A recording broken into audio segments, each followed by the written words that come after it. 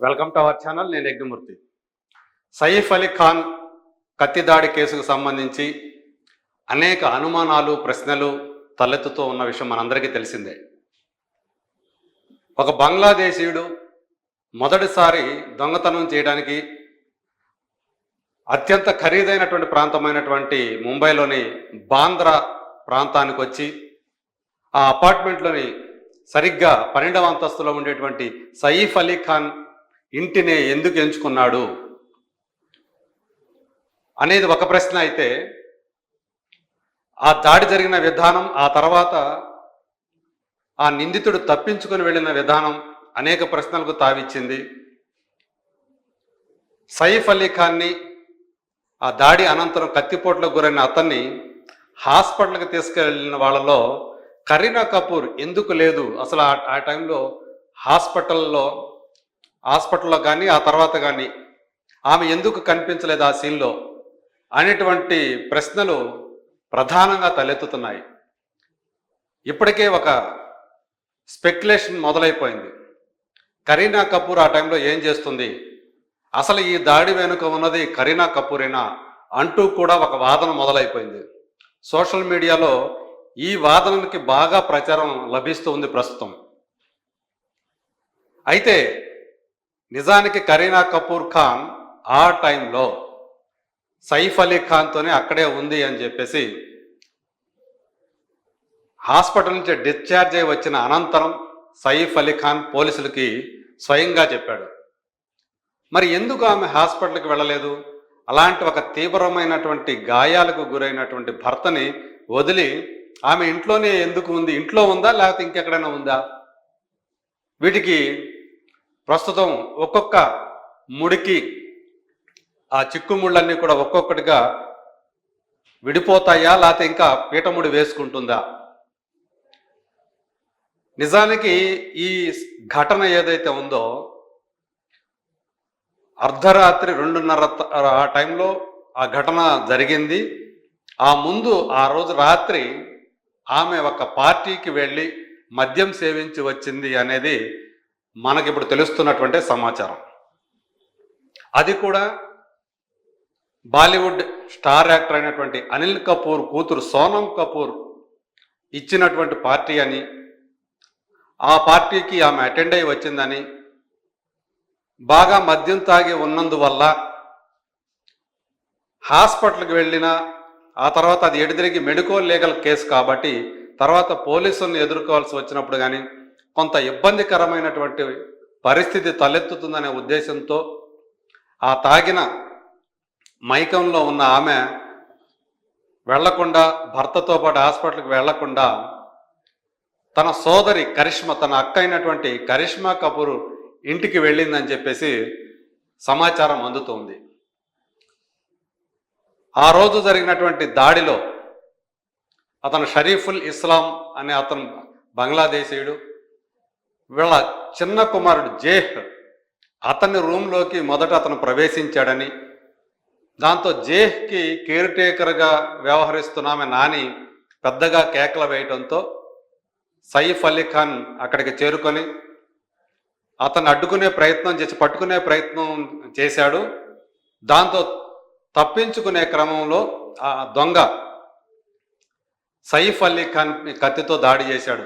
దీంతో 6 చోట్ల ఆయనకి చేతి మీద, మెడ మీద, అలాగే వీపు మీద, వెన్నెముక పక్కన వీపు మీద గాయాలయ్యాయి. అందులో వెన్నెముక పక్కన ఆయన గాయాలు తీవ్రమైంది. అందులో అతను ఏ కత్తితో అయితే పొడిచాడో ఆ కత్తి తాలూకు చివరి మన 2.5 అంగుళాల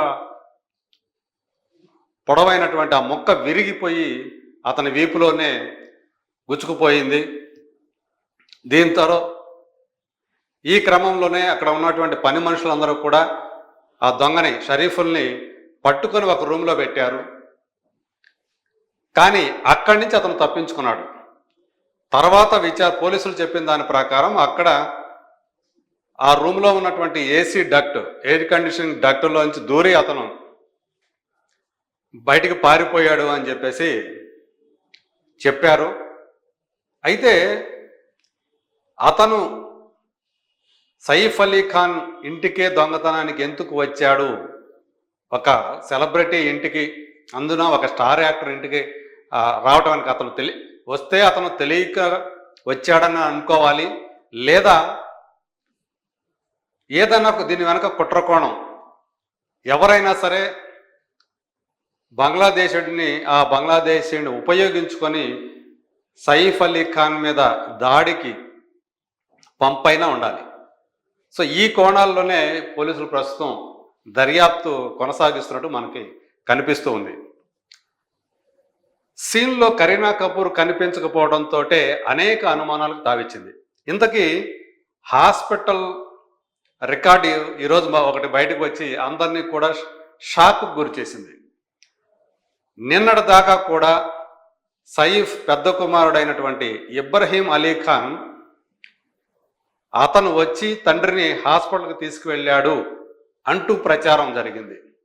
కానీ హాస్పిటల్ రికార్డు ప్రకారం యాక్చువల్గా సైఫ్ని తీసుకువెళ్ళింది హాస్పిటల్కి అఫ్సర్ జైదీ అనేటువంటి ఫ్రెండు అని చెప్పేసి ఆ రికార్డులో ఉంది. ఆ పేరు అఫ్సర్ జైదీ అని ఉంది, రిలేషన్ దగ్గర ఫ్రెండ్ అని ఉంది.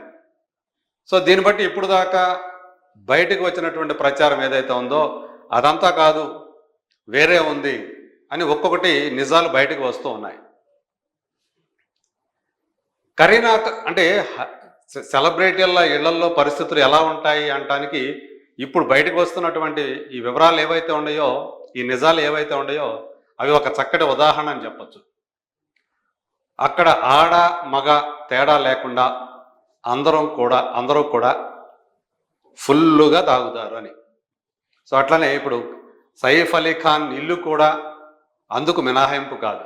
కరీనా కపూర్ ఖాన్ కూడా ఒక పార్టీకి వెళ్ళి ఆ టైంలో ముందు ఈ జరగటానికి కొద్ది గంటల ముందే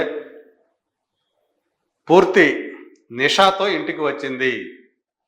సో ఇది ఆమె గనక బయటకు వస్తే, భర్తతో పాటు ఆమె గనక హాస్పిటల్కి వెళ్ళినట్లయితే ఖచ్చితంగా ఇది ఒక పెద్ద న్యూస్ అవుతుంది. బాగా తాగి ఉన్నది అనే విషయం బయట ప్రపంచానికి తెలుస్తుంది. అది ఇంకా మరింతగా ఇన్సిడెంట్కి ఇంకో కోణాన్ని చేర్చినట్లు అవుతుందనే ఉద్దేశంతో ఆమె ఎందుకైనా మంచిదని వీళ్ళని స్నేహితుల్ని పిలిపించి వాళ్ళ ద్వారా హాస్పిటల్కి పంపించినట్టుగా మనకి సమాచారం అందుతుంది. సో తను కూడా ఇంట్లో ఉండకుండా తన అక్క దగ్గరికి వెళ్ళింది, కరిష్మా కపూర్ దగ్గరికి వెళ్ళిందని చెప్పి తెలుస్తూ ఉంది. సో ఏదేమైనప్పటికీ కూడా సైఫ్ అలీ ఖాన్ పై జరిగినటువంటి ఈ కత్తి దాడి మొత్తం బాలీవుడ్నే కాకుండా దేశంలో ఉన్నటువంటి సినీ వర్గాల వాళ్ళందరినీ కూడా నివ్వెరపాటు కలిగించాయనేది నిజం. రకరకాల థీరీలు ఇందులో బయటకు వచ్చాయి. దీని వెనక మాఫియా హస్తం ఉండొచ్చని, అలాగే ఇంకోటి మతపరమైనటువంటి అంశం కూడా ఉండవచ్చని, ఇలా రకరకాలటువంటి ప్రచారాలు వచ్చాయి. ఇప్పటికీ కూడా పోలీసులు నిందితుడిని పట్టుకున్నారు, కోర్టుకి హాజరుపరిచారు, 5 రోజుల పాటు కస్టడీలోకి తీసుకున్నారు. మరి ఇప్పుడు ఆ నిందితుడి నుంచి పోలీసులు ఏం వివరాలు రాబడతారు, బయట ప్రపంచానికి ఏం చెప్తారు అనే దాని మీద ఇప్పుడు అందరూ కూడా ఆసక్తిగా ఎదురు చూస్తూ ఉన్నారు. దానికోసం వాళ్ళు ఏం చెప్తారనే దానిపైన. ఏమైనప్పటికీ కూడా ఇప్పటిదాకా కూడా కరీనా కపూర్కు సంబంధించినటువంటి ఆమె వ్యవహార ధోరణి ఏదైతే ఉందో అది అనేక అనుమానాలకు తావిచ్చిందనే మాట మాత్రం వాస్తవం. ఆమె ఒకవేళ దీని వెనక ఏమన్నా ఆస్తులకు సంబంధించినటువంటి కోణం కూడా ఉందా, ఆర్థికపరమైనటువంటి కోణం కూడా ఉందా అనే యాంగిల్లో కూడా పోలీసులు విచారణ జరుపుతున్నట్టుగా మనకు తెలుస్తూ ఉంది. ఎందుకంటే కొన్ని వేల కోట్ల రూపాయలకి సైఫ్ అలీ ఖాన్ వారసుడు. సో దానికి సంబంధించి కూడా కేంద్ర ప్రభుత్వంతో సైఫ్ అలీ ఖాన్కి వివాదం ఉంది. అది ఇంకా ప్రస్తుతం కోర్టు పరిధిలోనే ఉంది. రీసెంట్గా దానికి సంబంధించినటువంటి ఒక అంశం, సో ఆ 15,000 కోట్ల రూపాయలకు సంబంధించినటువంటి ఆస్తుల్ని కేంద్ర ప్రభుత్వం స్వాధీనం చేసుకునే అవకాశం ఉందని కూడా మనం వార్తల్లో చూస్తూ ఉన్నాం. సో ఏదేమైనప్పుడు కూడా దీంట్లో ఆర్థికపరమైనటువంటి కోణం కూడా ఉందా, కరీనా కపూర్ ప్రవర్తన ఎందుకు ఇంత అనుమానాస్పదంగా ఉంది అనే దానిపైన కూడా జరుగుతున్నటువంటి ఈ చర్చ ఏదైతే ఉందో దానికి కూడా దానికి సంబంధించినటువంటి అసలు నిజాలు ఇప్పుడు మనం ఏదైతే చెప్పుకున్నామో అది నిజమా కాదా, ఆమె ఆ టైంలో మద్యం మత్తులో ఉండటం వల్లే వెళ్లకుండా ఆగిపోయిందా లేకపోతే ఇంకేదైనా ఉందా, ఈ దాడి వెనక సైఫ్ దాడి వెనక నిజంగా ఆమెకేమైనా సంబంధం ఉందా లేదా. సో వీటికి సంబంధించినటువంటి ఈ ప్రశ్నలకి మనకి అతి కొద్ది రోజుల్లోనే సమాధానం లభించే అవకాశం ఉంది. ప్రస్తుతానికి మాత్రం ఆమె మద్యం మత్తులో ఉండటం వల్లే భర్తను హాస్పిటల్కి తీసుకువెళ్ళలేకపోయింది. అక్కడ మళ్ళీ హాస్పిటల్లో కానీ తర్వాత పోలీసులలో కానీ ఏమైనటువంటి ఎదురయ్యే పరిస్థితులు కొంచెం ఇబ్బందికరంగా ఉంటాయనే ఉద్దేశంతోనే ఆమె వెళ్లకుండా ఆగిపోయింది అనేది ప్రస్తుతానికి నిజమని ప్రస్తుతానికి నమ్ముదాం. రాబోయే రోజుల్లో అసలు వాస్తవాలు ఏంటనేది బయటకు వస్తాయి. Let us wait and see.